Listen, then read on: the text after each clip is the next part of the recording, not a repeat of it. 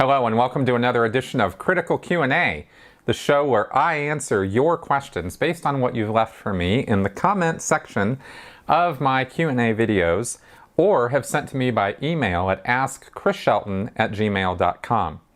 I have finally been getting all caught up on all of my backlogged emails and questions that you guys have been sending me, getting into the queue and everything.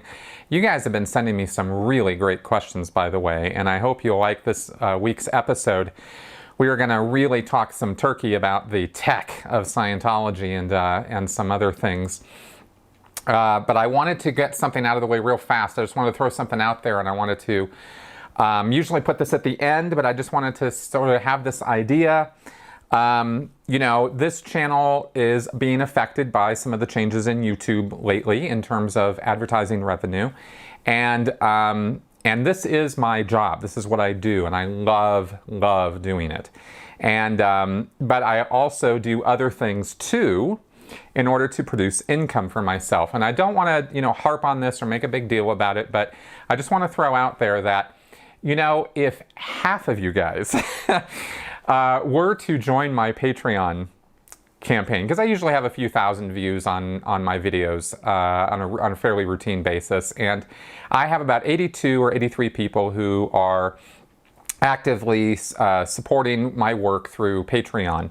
And I also get other donations and things through PayPal and stuff too, sort of one-offs, and every one of these things are just so appreciated. I really cannot even express to you how amazed and delighted I am that you guys like what I do enough to support my work.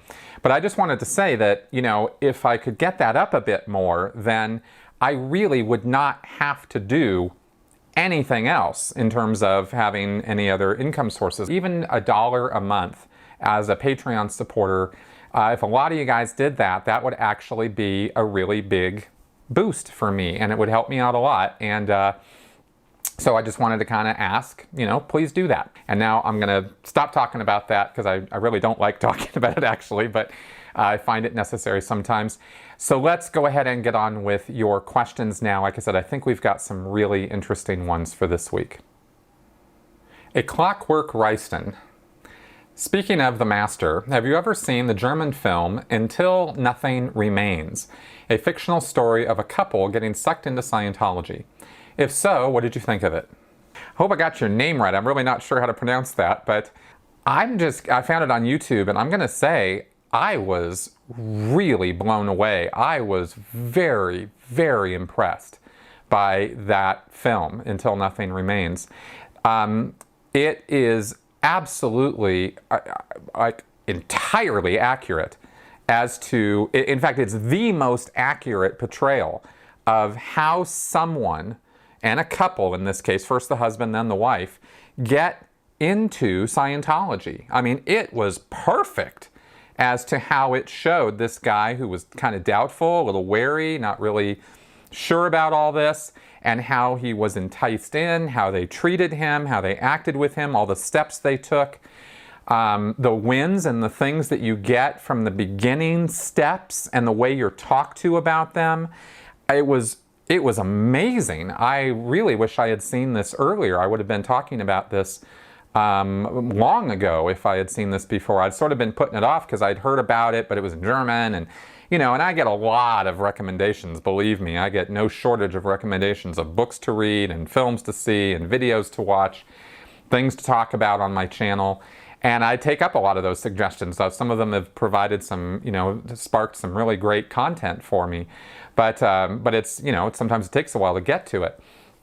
But I'm going to say right now, if you guys have not seen this, look it up on YouTube and watch it. If you want to get a really good idea of how somebody gets pulled into Scientology. And this guy, the main character in the movie, I mean, I really felt for him, because he gets in and then his wife gets in. She becomes fervent about it. The rocky relationship they had, the deal with their child, the deal with her parents. I mean, all of these things were very real. They were very well done. The acting was good. This was not some amateur student film. This was a real production. And clearly, they had former Scientologists or people who had done their research really well talking, to the producers and the writers of the movie, there was one thing that was totally wrong, that they did get like completely wrong, and that was that they had staff members, Class 5 org staff members, doing the RPF, and that just doesn't happen. So that really, that really didn't need to be in there that way. They could have shown, they showed at one point a staff member from this org, Stuttgart, I guess, who got in trouble with the Sea Org. I mean, they showed a Sea Org mission come into this org and take it over and start running ethics on the public and the staff. And I mean, that was perfect. But then they showed one of the staff members getting busted and doing the RPF, and that wasn't really right. They could have shown her getting in a lot of ethics trouble and doing a lot of amends and scrubbing toilets, like they showed him having to do when he had to do his lower conditions. I mean, I was just, again, very impressed by this film, and the care they took to get so many things right. It really highlighted when they got something wrong. It was like, wow, that was jarringly wrong. The end, a real tragedy, and unfortunately, all too real. Do not watch this going in thinking you're going to see a happy ending, because unfortunately, that's not what happens in this. I'm not going to spoil the specifics of it. I'm just giving you guys the heads up on it. So I'm going to be recommending this film definitely more often to people, to show how, how the beginning parts, right? And because people ask all the time, how are people so stupid that they get into this? And it shows it. These people are not stupid. They're not brilliantly smart either. They're just regular German citizens, just regular people. I mean, they could have been in English. It would have been the same thing. So, and then the way things go from looking really good and really amazing with Scientology to suddenly horrible, awful, to the point where this couple's breaking up and child custody. I mean, they nailed it. So, enough said. Go ahead and watch that film, and I'll actually put a link to it in the notes section below. Andy Lesser. Chris, I believe you said you haven't been to a therapist to go over your experiences. I was wondering if maybe you could address in one of your videos whether or not that's still the case, and if so, why not? Okay, I have not gone to see a therapist. I don't make those faces because I feel guilty about that, but I have recommended people do it, and it's not necessarily for a lack of desire to go get some counseling or some therapy, because I feel I've had experiences and situations occur in my past that could warrant some counseling. It's really just a financial issue. And also an availability issue, because I'm in Denver, and I haven't looked deeply into it here, but I don't have the funds to go pay hundreds of dollars a pop to pay somebody to listen to me. And as I've talked about on my channel, I don't recommend going to see somebody who doesn't know what they're talking about, or what they know, anything about cult backgrounds and that sort of thing, because obviously that would come up in any therapy or counseling I would get. So I haven't considered, though, that it's been something that's really been lacking in my recovery process either. I don't recommend, and I don't think that every single person who comes out of Scientology has to go get professional counseling. And I've tried to make that clear. I've been criticized as saying all ex-Scientologists are crazy, which is total nonsense. I never said any such thing. And because I don't believe any such thing. I think that people come out of Scientology and every person is unique, and some people have really major issues, and some are able to bounce back a little faster. And I've said in various videos that I've made and in my book that I think education has been the number one thing that has helped me. And also, I have probably taken more advantage of my friends and family than maybe other people might, or as I've come to find, are even able to, because I happen to have very close ties with my parents, and with some friends that I have, and with some groups that I've become part of in the secular community. I really lucked out in in hooking up with a skeptic group in Minnesota first, and then here in Denver with the Secular Hub, with people who really get it when you talk about having coming out of a religious situation, even a cult situation, and having to acclimate, having to adjust, having to rethink things, having to relook at life and belief and afterlife and supernatural beliefs and all of that kind of stuff. I've been very fortunate to have made really good friends and connections. I don't know why, I just have been very fortunate that way. And they've been willing to listen, and I've certainly talked a couple people's ears off at times. And of course, I have gone way out of my way to write and talk out with everybody, all you people, a lot of my experiences. And that has been itself a form of catharsis that has been unbelievably helpful. So, maybe I'm educated and informing you, but maybe you're helping me too. Personally, I haven't felt hindered. I haven't, woken up in the middle of the night from nightmares. Well, I have woken up in the middle of the night from nightmares, but I haven't woken up in a cold sweat like, oh, what am I going to do? I mean, they haven't gone that far. And I know that there are people who have. And I always recommend, if at all possible, that such a situation, a person who's in such a situation, find somebody to talk to, write out or, somehow talk out what's going on, what their thoughts and feelings are, and get professional counseling if they are at all able to. But it's a challenge for this, I guess you could say, the subgroup or demographic that I'm in, to find good counseling. It is a problem. I don't want to go to somebody and have them fumble around with what they're doing or what they're going to tell me or recommend to me, and I don't recommend that to anybody else. So I guess all those factors have kind of been overall the reason why I haven't personally, made more of an effort to go get professional counseling. I hope that answers the question. Obi Waz. Hi Chris, I'm wondering if you committed yourself to being in the Sea Org for 1 billion years, what were the life changes, the gains and so on, that you had in Scientology that caused you to become so committed to the church?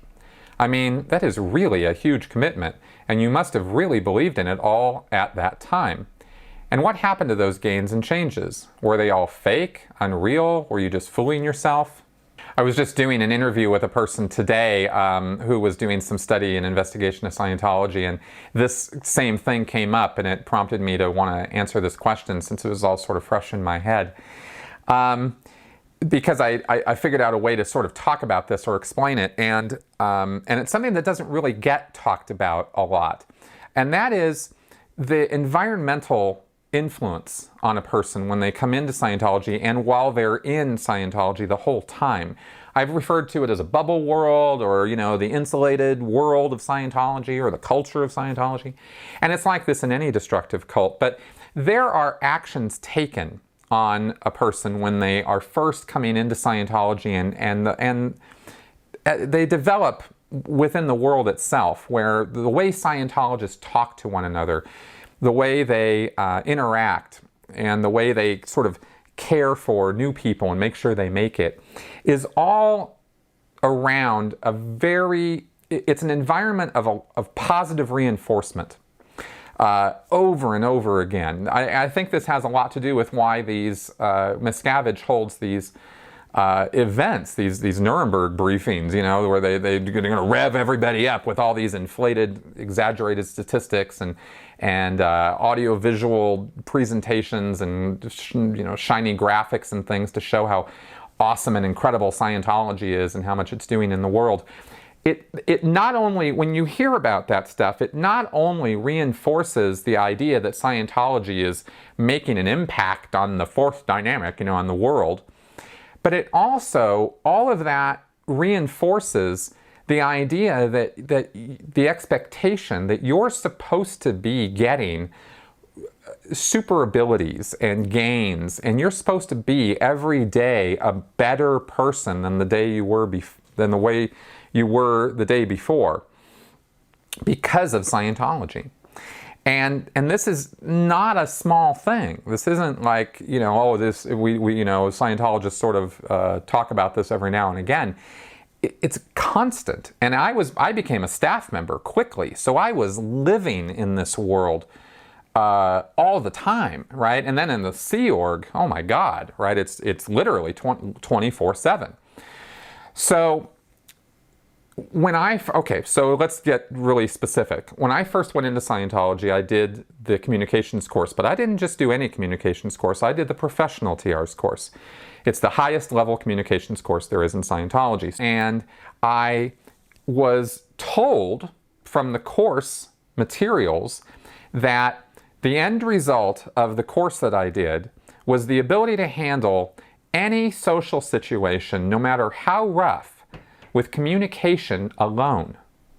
So if somebody were to confront me on the street or try to mug me or try to, mad at me or whatever the situation was, I was supposed to deal with it with communication alone. And the way I've come to learn, the way that we think, is we remember the hits and we forget the misses. This is why psychics work, right? Because, cold readings and this kind of thing, you go in and they tell you things and you remember the things that were right that they guessed at, and you forget all the stuff, the 90% of what they told you was totally wrong, but you forget all that because you want to believe. Well, in Scientology, you're very motivated to believe that you're gaining and improving. And so after doing this course and being told that I now had this ability to handle any social situation, no matter how rough, with communication alone, I then filtered every experience that I had in life against this ability that I had. And when I would successfully deal with something with communication, oh, I'm so awesome. And when I wouldn't, just kind of forget about it, sort of sweep that under the rug, wow, yeah, that didn't work out so good. Because I led a normal teenage life. I had fights with my friends, I had conflicts, I had social situations.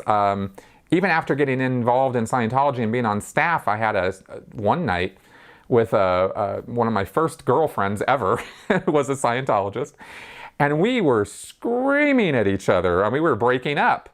And this was like 1 a.m. We were both tired and exhausted, and we really shouldn't have been together in the first place. It wasn't a great relationship, and I definitely was not handling that social situation with communication alone. I was losing my shit, and it didn't particularly even occur to me, of course, while it was happening, that that this was a failing of Scientology.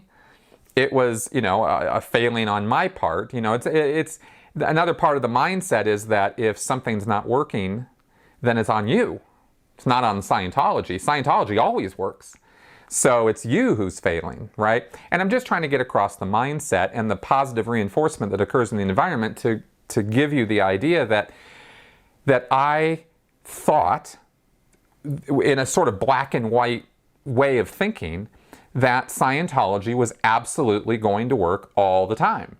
So every time it didn't work, I always had some reason or justification or excuse for it not working. And every time it seemed to work or did work, or I got some sense of what I thought was a positive result from it, and there were times certainly when I did, it was, hey, Scientology works, that's the proof, right? So it was always remember the hits and forget the misses. So after years of this, I was 8 years on staff in Santa Barbara, and I was 25 years old. So I had been leading a pretty insulated life at this point, because I'd gone straight from high school to a little, 3 weeks of college, getting recruited for staff, and then I was living as a staff member. So I was working 40, 50 hours a week, eking out a living with a full-time job otherwise. So all I was really doing was working. I really didn't have much of a social life. There was no internet really, up at that time. So I didn't have a, broad amount of information about Scientology. This is 1995. So when I joined the Sea Org. And I joined the Sea Org because it appeared to me that we weren't doing enough for Scientology.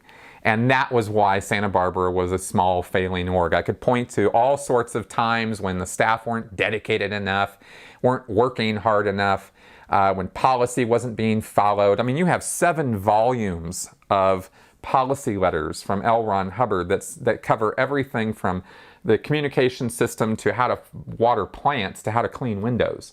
So so I could always say, well, we weren't cleaning the windows right, so we were off policy. And I wasn't that ridiculous, but I'm just saying there's so many things to do in the policies that it's nearly impossible to actually get all of them done on a routine basis, especially when you have a small group of 10 people, 15 people who are working at the church on a routine basis.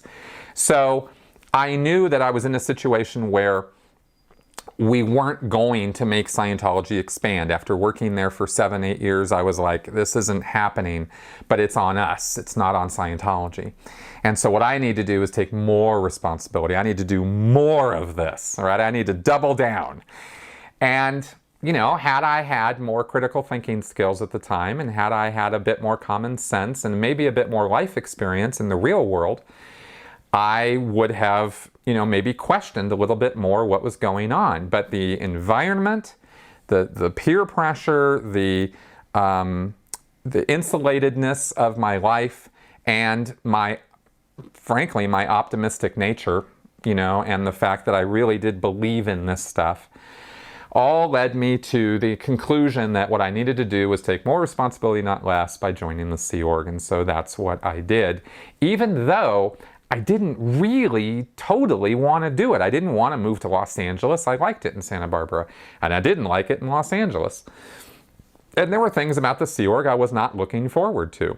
But I figured it was kind of a point of my duty, my responsibility. I felt that strongly about it, and so that's why I went ahead and did it. And it took, a number of years to beat that out of me until I finally started waking up. And that was another 8 years before it first started dawning on me that something was really, really wrong with this organization. So, and another, 11 years before I finally got out. So I guess I'm a slow learner, actually, when it came to that. But I had all kinds of good reasons to remember the hits and forget the misses. And that's about the best way I think I can sum it up. But I hope that answers your question. Ozzy Boy. A clear is defined by the Church of Scientology as a person who no longer has a reactive mind and is therefore free from the reactive mind's negative effects. A clear is said to be at cause over, in control of, their mental energy, their thoughts, and able to think clearly even when faced with the very situation that in earlier times caused them difficulty. So my question is, how can you go clear in OT and still be a pedophile? How can you go clear in OT and still be a grumpy, angry person? How can you go clear in OT and still be a suppressive person? How can you go clear in OT and still be an asshole to others? How can you go clear in OT and still be a thief, con artist? No clear has yet shown what Hubbard claimed a clear should be. The promises have not been met. That is why Scientology gets a bad name. They promise so high and yet cannot provide said promise. That is why the critics can pull Scientology apart so easily. If going up the bridge makes you a better you, then it would be impossible to be clear or OT and still be a fucked up person. You cannot be what you were in the past. You can only be better, more able, and capable. But just look at the church. A short fucking SP who is OT5 and nobody noticed his evil intentions? No e-meter showed his SP-ness. No auditor saw him coming. Nobody, not even Ron, who had him as a messenger. Something doesn't add up. Something is missing in the whole story of the Scientology bridge. How is this church still surviving with such obvious failures? I've asked this question many, many times and cannot get an answer as to how it is possible, with all the tech in Scientology, that an SP can be right under their noses and nobody notices. Can you give us your view on this? Yeah, let's talk turkey here, because this is a really good question and it deserves a really solid answer. L. Ron Hubbard, and I know the couple people who just continue to troll my channel about how wrong I get Scientology. Well, let's talk about Scientology itself and not the Church of Scientology. If the technology of Scientology actually worked and the e-meter actually worked, then you would be able to detect these things with all the questions and all the things that get done within the world of Scientology. You would not be able to make it all the way to clear an OT if you were a suppressive person. And having made it to being clear an OT, you should be a radically different, significantly better, and more able person. And it's simply not the case 100% of the time. We don't have to just point to the exceptions like Rex Tiller, I think it was Rex Fowler who committed suicide, who was an OT8, or the numerous numbers of OTs who have gotten cancer and died. In other words, there's no shortage of case examples or studies that we can do to show that people can do Scientology and not be better people, and in fact even be worse people. And this exists even within the existing world of Scientology. I mean, look at Grant Cardone. The guy's a total asshat. And if that's an example of what a OT Scientologist is, keep me away from it, because that guy is just obviously not somebody you would want to emulate or follow in the footsteps of. All these contradictions exist because the technology doesn't do what it promises it will do. And you're absolutely right. That's what enables people like me to take it apart. And as I've said, I'm going to do a whole series taking apart all the little individual bits and pieces to show pros and cons of all the various parts and the fundamentals of it. But really what it comes down to is that Scientology is a faith-based belief system that requires, as I said in my last answer, it requires a constant ego-boosting pump to keep you going and believing that you're getting better, when in fact you're really not changing that much about yourself or about your life. Now, there are people who have gotten off drugs. There are people who have made changes, who have been engaged in unethical activity, get their shit together, and now they're no longer engaged in unethical activity, and they credit Scientology for that. There are just as many people, actually thousands more, who credit the same thing to AA, to other drug rehab programs, to other social programs they've become a part of, to social clubs and activities they've become part of, to reading other books. I mean, Joel Osteen and his advice, right? I found God.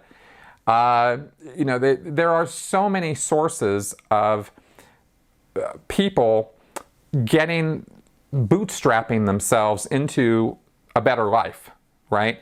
That you can look at all those, you can look at all of humanity and all the various changes and things that people do to make their lives better, and the things they attribute it to, and you can go, I think there's something to be said here about people's ability to simply get their shit together and lead a better life and make decisions that change things for the better, right?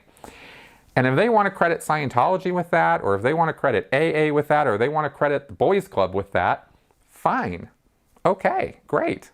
I'm not going to sit here and say that influence wasn't a positive influence, but to make an absolute claim about clear and OT is a whole different thing than having a few examples of people who have had some success and attribute it to a source like Scientology.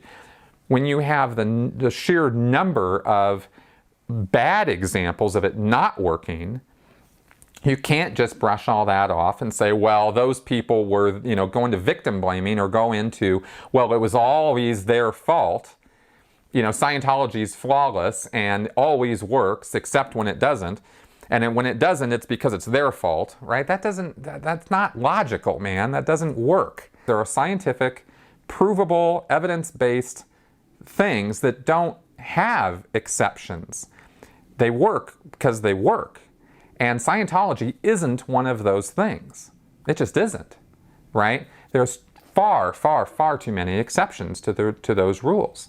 And so that's how people can be an SP. That's how somebody like David Miscavige can come into power, and this group of people just bow down and adore and worship the guy for no good reason. Because when you examine his products, the things he's actually done, where he's taken Scientology, if you take out the square footage as a metric of his success, he hasn't done anything positive for Scientology at all. And this is, I mean, yeah, that's my opinion, but it certainly is a well-founded opinion. So, you know, that's basically the bottom line. There are various things that Hubbard talked about, like there's a concept of a cleared cannibal, and I might as well bring this up just to kind of Hubbard talked about the fact that you could be a cannibal and then somebody could come along and clear you so you no longer have a reactive mind, but you'd still be a cannibal. You'd still be eating people. And Hubbard talked about the fact that you need education in Scientology as well as the auditing in order to become a really good, you know, responsible, wonderful person. But again, that doesn't really pan out when you look at the fact that David Miscavige is trained. Lots of executives in Scientology got auditor training and education in Scientology, and they weren't necessarily better people for it. You know, they were still doing up to all kinds of shenanigans. So, and again, you know, people who have left Scientology or gotten to the highest levels of Scientology, not just on the auditing side, but on the training side, had just as much cancer, just as much bankruptcy, just as much child abuse, all the litany of things that were still wrong with them. So, so that's really the bottom line, is there is no excuse or rationale or justification for it. The bottom line is Scientology doesn't work. And that's really the simplicity of it. Sir Peabody, I'm a paramedic in Australia. The other day, I was responding to a major vehicle crash in which people were seriously injured. During the drive out to the incident, all I could think of is, we need Tom Cruise. He's the only one that can truly help. Is that what other Scientologists really believe? I have treated thousands of patients over the last 20 years and never used Scientology tech or policies, or had a Scientologist magically make someone better from injuries. How do they have this belief in themselves without any proven results? All right, so in line with the last two questions that I've answered here, I put this one in because I wanted to address one other aspect of what goes on in the world of Scientology and how Scientologists approach their belief in the tech of Scientology, the workability of Scientology, and that is that they don't operate on evidence-based reality. That is not the standard for which Scientologists judge whether Scientology works or not. It doesn't, to them, it's not a matter of proving that it works, or it's not a matter of having evidence that it works. It's really just it's a subjective experience. Do they feel better? Do other people, the standard of evidence is, do you do Scientology on someone and they say, I feel better now, or wow, that really helped me, thank you.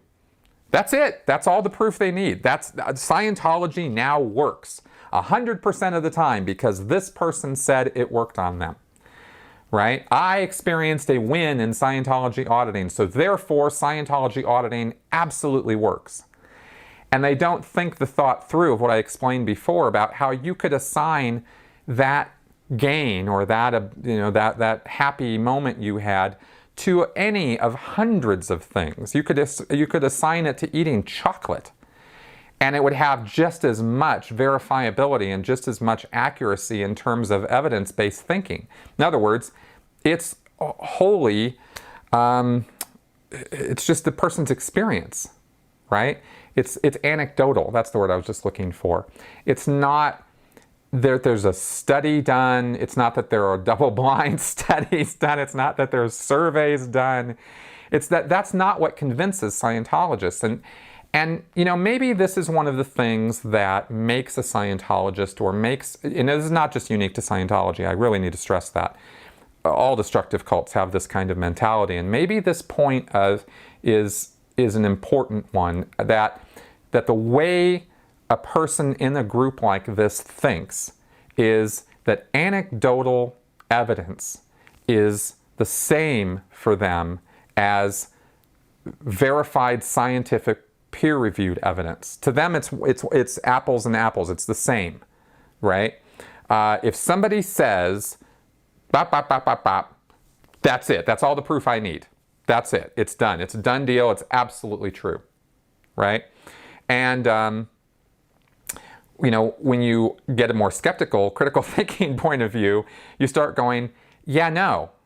Just because you said that doesn't mean it's necessarily true, right? There could be any number of reasons why you feel better right now. There could be any number of reasons why you whatever, right? And let's take a closer look at this and let's do, a bit more research on it. Oh no, I don't need any of that. This stuff is it. This is what works and I don't need any other talking to about it. And there you go, right? And that's kind of the mindset there. So when Scientologists, getting back to your question specifically now, when Scientologists, like Tom Cruise, say, we're the only ones who can do anything about it, right? That's the view that from which they're coming from is, well, I had a touch assist and it worked on me, and I gave a touch assist to Joe and it worked on him because he said he feels better now. So therefore, it works 100% of the time, and we're the only ones who do touch assists. And look, touch assists, according to L. Ron Hubbard, are the only way to get rid of this pain, and therefore we're the only ones who know. Because look, when you go to an accident site, all these people are in pain. You can see they're in pain, and paramedics aren't doing anything about it, so therefore they don't know anything. I mean, this is the train of logic that goes on in their head. It's this ridiculous. But this is how they think. This is how I used to think. So, so if you ever wonder why critical thinking is such a big deal to me, this is why. And that is how it is. The flash has come again, and it is time for Flash Answers. Kristen Halloran. Listening to you and Aaron have a discussion is fascinating from Sensibly Speaking podcast number 86. Definitely enjoyed the back and forth and exchanging of information. Had to pull out a pen and take notes. You discussed the fish to fry metaphor, but I wonder if you realize that not many people say pulling its flippers. First time I've ever heard it. Is it Scientology's or Sheltonese? Also, you referenced these things and I was hoping you might clarify them. Bean theory, step of affluence formula, and a blue spark meeting? Just when I think I understand the lingo, you pull the rug out from under me. Thanks for all you do. Yeah, I think pulling in your flippers is just a standard English thing. I learned that in high school, just, pulling in my flippers, like a turtle. As far as those other terms, I'm going to try to do this really quickly. Bean theory has to do with a policy letter L. Ron Hubbard wrote about finance and beans, commodity, sort of like the idea that money is like beans and you have so many beans to invest in something, right? So and the idea being that you invest beans and you plant beans and they grow, right? You're going to create more with that thing because you're investing, in it. So you're supposed to get back more than what you've invested in it. There's supposed to be return on investment. That's the bean theory finance from Hubbard, as I recall it.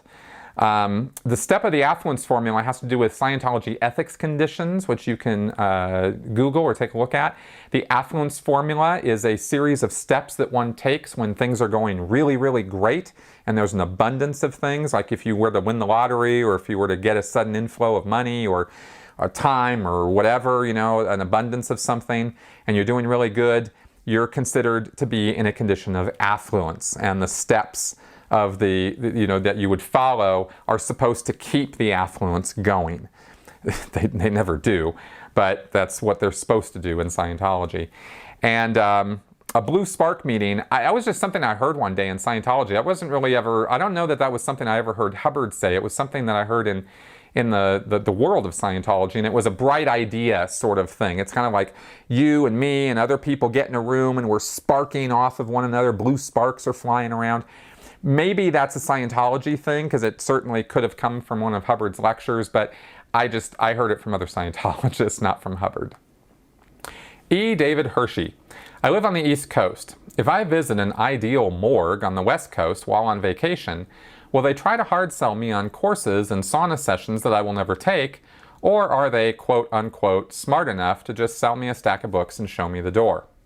Within my experience as a staff member and Sea Org member, when people came from out of town into a local org, usually they was just, hey, great, wow, yeah, take a look around, enjoy the org. Where are you at on your courses? You doing good? Okay, great, and there's just sort of social chit chat. But there wasn't maybe an effort to sell a book or something, but no, they would not try to sell the person services that they weren't going to do. That would have just been kind of ridiculous, and they're not that ridiculous. Ryan Meeker. Assuming you've been a big sci-fi fan for a while, is Scientology open to things like the ideas in Star Wars? Does the church look down on things like the Force or whatever, like how some Christian fundamentalists called Harry Potter satanic just for including witchcraft? Yeah, I still kind of like Star Wars, and I always have. And Scientologists just eat that stuff up. They love Star Wars. They love science fiction. They just love it because they consider that it's a reflection of reality. I mean, there was nothing better than to have Star Wars begin with the phrase, "a long time ago in a galaxy far, far away." Oh my God, Scientologists just ate that up because it wasn't the future, it was the past. And you know what Scientologists think about the past and whole track, civilizations millions and billions and trillions of years ago. So as far as they were concerned, Star Wars was a documentary. And yes, they do believe in the Force and the idea of telekinesis and mind control and, or not mind control, but, using your mind to get things, telekinesis, telepathy, all that kind of stuff. They're totally into that stuff. And they totally believe it because it's all part of the OT phenomena. Okay, everybody, so that is it for this week. I hope that these answers were interesting, educational, and informative. As usual, please give me any comments, feedback, questions you have in the comments section below. I really enjoyed doing this week's episode. I hope you enjoyed watching it, and I will see you guys again next time. Bye-bye.